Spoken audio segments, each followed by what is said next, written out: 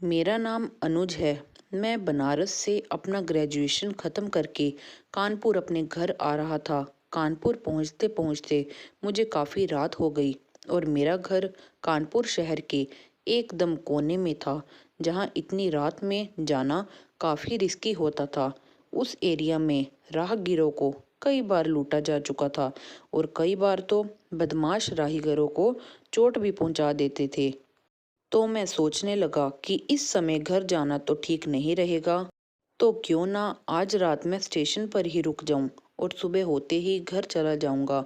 मैंने स्टेशन से बाहर निकल के चाय नाश्ता किया और फिर घर फ़ोन करके मम्मी को बताने लगा कि माँ, मैं आ गया हूँ, पर अभी घर नहीं आऊँगा, सुबह आऊँगा।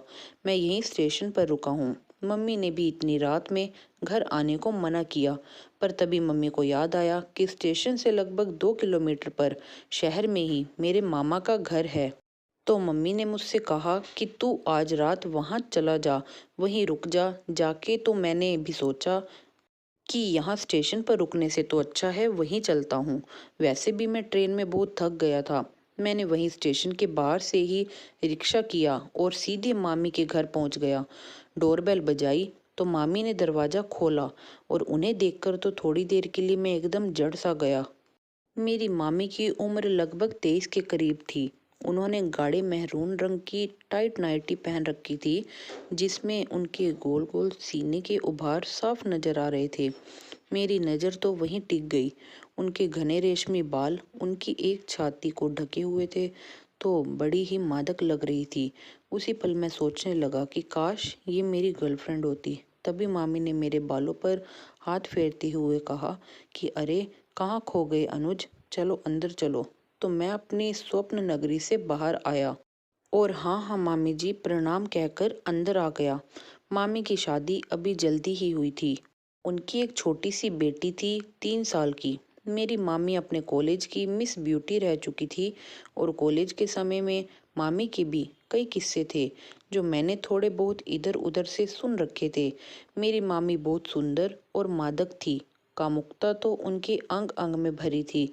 मैं मुंह हाथ धोकर गेस्ट रूम में आकर बैठ गया। तभी मामा जी ऊपर से उतर आए। वो वकील हैं। वो अपने ऑफिस का कुछ काम कर रहे थे। मैंने उन्हें देखते ही उठकर प्रणाम किया। हम दोनों बातें ही कर रहे थे कि मामी चाय नाश्ता लेकर आ गई और जैसे ही उन्होंने चाय की ट्रे टेबल पर रखी, तो मेरी नज़र फिर से उनके उभारों की ओर चली गई। पर मैंने अपनी नज़र हटाते हुए चाय का कप उठा लिया। मामी मेरे सामने वाले सोफे पर टांग रखकर बैठ गई। बड़ी ही मादक लग रही थी। मामा जी से बात करते वक्त मेरी चोर नज़रें मामी के कसे हुए मादक बदन को ही देख रही थी।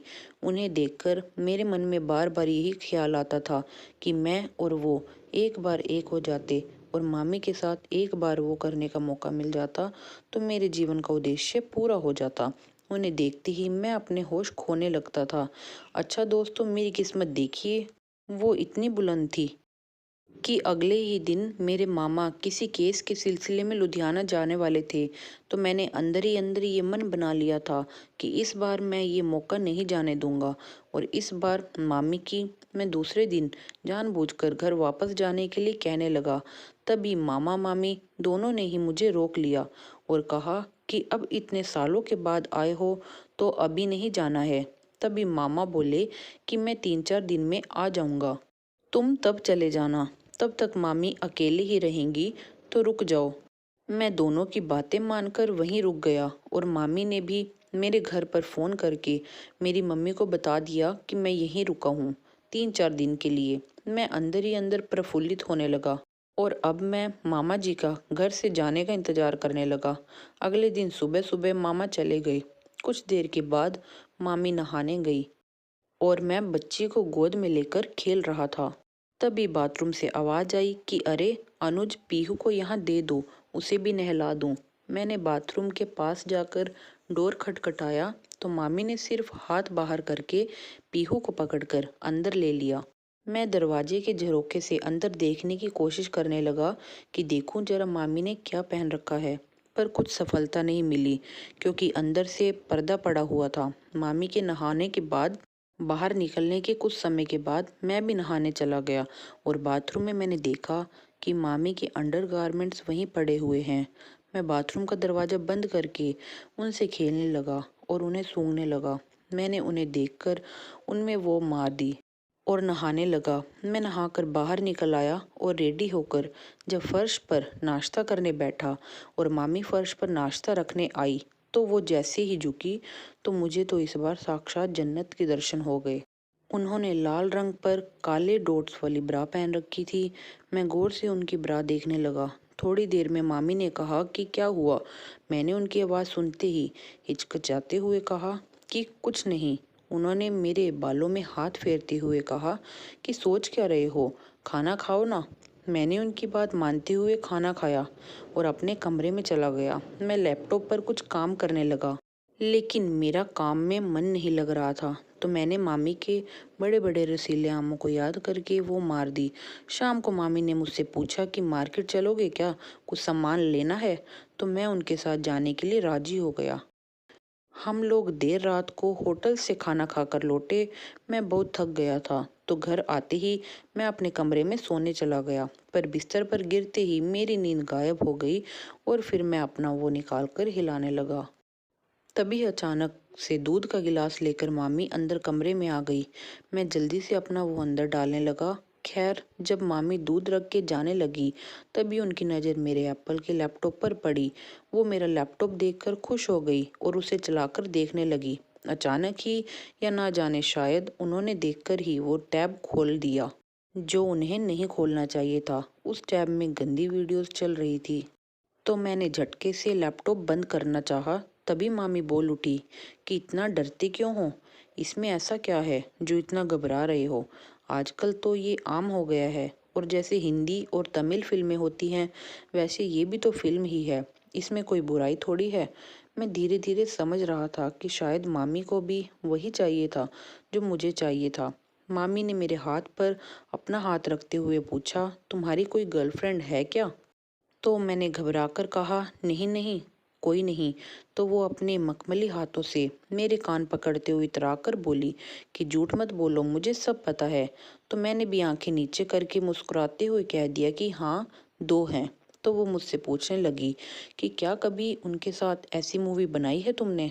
मैं उनके मुंह से ऐसी बातें सुनकर दंग रह गया था। मैं समझ गया था कि मामी वो करने के मूड में है। आज तो मैं भी कहाँ चूकने वाला था। आखिर मेरी उम्र ही ऐसी थी जिसमें अधिकतर लोग फिसल ही जाते हैं। तो मैंने भी उनके हाथ को, जिससे उन्होंने मेरा कान पकड़ रखा था, पकड़ लिया और उनकी नशीली और कामुक आंखों में झांककर कहा, हाँ, 2 बार बनाई है और सोच रहा हूँ कि तीसरी बार भी बना ही लूँ। मामी ने चुटकी लेते हुए तिरछी निगाह करके पूछा, किसके साथ बनाओगे जी, हमें भी तो बताओ। तो मैं उनके पास खिसक कर बैठ के उनकी गर्दन पर पड़े हुए उनके खुले हुए रेशमी बालों में उंगलियां डालते हुए कहा कि सोच तो रहा हूँ आपके साथ। और इतना सुनते ही वो शर्माकर धत बदमाश कहते हुए मेरे सीने में छुप गई। मैं उनका इरादा पूरी तरह से समझ गया था। तो मैंने भी सारे रिश्ते को ताक पर रखकर उनके बालों को पकड़कर जोर से खींचा, और जैसे ही उनका चेहरा मेरे होठों के सामने आया, तो उनकी गर्म सांसें मेरी गर्म सांसों से टकराने लगी। मैं बिना एक भी पल गवाए हुए कस के उनके रसीले गुलाबी होठों को चूसने लगा और बालों को खींचकर उनकी गर्दन उठाकर उनके गले में दांतों से काटने लगा। वो जोर जोर से आ की किसकारी भरने लगी और काफ़ी उत्तेजित हो गई। वो भी जोश में मेरी शर्ट के अंदर हाथ डालकर मेरी पीठ को अपने नुकीले नाखूनों से नोचने लगी। फिर उन्होंने मुझे बिस्तर पर पटक दिया और मेरे होठों को चूसने लगी। होठों को चूमते वक्त उनके घने रेशमी बाल मेरे चेहरे को ढक रहे थे। उनके रेशमी बालों से निकलती हुई कामुक खुशबू से मैं और मदहोश हो गया। वो मेरे चेहरे को चूमते चूमते नीचे सीने पर आई, फिर मेरे पेट पर, और फिर मेरे। अब मुझसे बर्दाश्त नहीं हो रहा था। मैंने उनके रेशमी बालों को अपनी मुट्ठी में लेकर कस के खींचते उन्हें बिस्तर पर पटक दिया और अब मैं उनके ऊपर आ गया। अब मेरी बारी थी। मैंने उनके होठों को चूसकर काट लिया। उनके मुंह से जोर-जोर से सिसकारें निकल रही थी। वो एक हाथ से पप्पू को जोर से पकड़ रही थी। मैंने उनके दोनों आमों को बारी-बारी खूब दबा-दबा के चूसा। कुछ देर बाद उनके दोनों आम टाइट हो गए। फिर मैं उनके नाभि से होते हुए नीचे उनकी गुलाबी चिड़िया तक पहुंच गया। मैंने पहले उंगली से चिड़िया को प्यार किया। फिर जैसे ही मैंने उनकी गुलाबी चिड़िया में अपनी जीभ लगाई तो वो तो सिहर उठी और आ आ करके छटपटाने लगी। वो मेरे बालों को खींचकर मुझे चिड़िया के मुंह में घुसाने लगी। मैं काफ़ी देर चिड़िया से खेलने के बाद अपने पप्पू को चिड़िया पर रगड़ने लगा। मामी ने मेरे पप्पू को खूब प्यार किया और अपनी चिड़िया को भी खूब प्यार करवाया।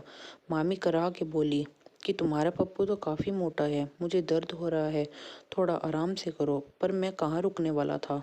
खैर थोड़ी देर के बाद उन्हें मज़ा आने लगा। वो बोली करते रहो। उसके बाद 4 दिनों तक हमने रोज ही ये खेल खेला। तभी मामा जी का फ़ोन आता है कि उन्हें आने में 3 दिन और लगेंगे। फिर क्या था, हम दोनों पति पत्नी की तरह रहते थे। फिर मामा जी के आने के बाद मैं घर चला आया। कुछ समय बाद मेरी भी जॉब लग गई और मैं उसी में बिजी हो गया। कुछ साल बाद पता चला कि मामा जी अपना यहाँ का घर बेचकर गोंडा चले गए। अब मेरा मामी से मिलना नहीं होता। आज इस बात को लगभग 10 साल बीत चुके हैं। वो मेरी और मामी की जवानी की गलती थी जिसे हमने कभी नहीं दोहराया। पर आज भी जब मैं उसके बारे में सोचता हूँ तो खुद से मुझे घिन आती है और खुद पर गुस्सा भी आता है कि मुझसे ये क्या हो गया। अब कभी घर में किसी कार्यक्रम में अगर मामी घर आती है तो मैं उनसे आंख तक नहीं मिला पाता हूँ। तो दोस्तों ये थी हमारी आज की कहानी। उम्मीद करते हैं कि आपको हमारी आज की कहानी ज़रूर पसंद आई होगी। अगर आपको हमारी आज की कहानी पसंद आई हो तो वीडियो को लाइक कीजिएगा। साथ ही अगर आप चैनल पर नए हैं और आपने अभी तक हमारे चैनल को सब्सक्राइब नहीं किया तो हमारे चैनल को ज़रूर सब्सक्राइब कर लीजिएगा। साथ ही घंटी के बटन को दबाकर ऑल पर सेट कर लीजिएगा ताकि हमारे आने वाली वीडियोज़ की नोटिफिकेशन आपको मिल सके सबसे पहले। तो दोस्तों मिलती हूँ आपसे अपनी अगली वीडियो में। तब तक के लिए आप सबको धन्यवाद।